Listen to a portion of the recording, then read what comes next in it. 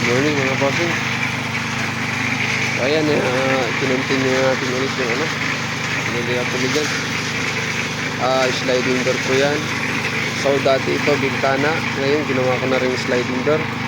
Para pantay sila doon dahil dati garahe po ito. Ngayon ginawa ng swimming pool.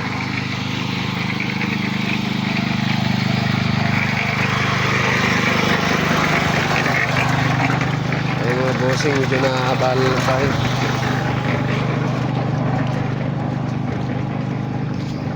Mga bossing, oh, paparepair na natin yan. Pinarepair na ni Foreman yan, kaya okay na. At least wala nang masabi yung ano dito, ang MOA. So ito hindi pa talaga ito natapos, marami pa rin kailangan yan, maglipat lahat yun doon.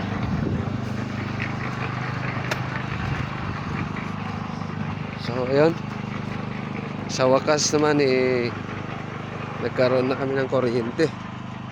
Ayan mga bossing, kinabit to kahapon. Ayun, pwede nang mag-stayin yung mga tao dito kung gustong mag-stayin. Ayan, meron naman na tayong abang na wire dyan, pangsamantala yan, kahit pa paano magamit tayo.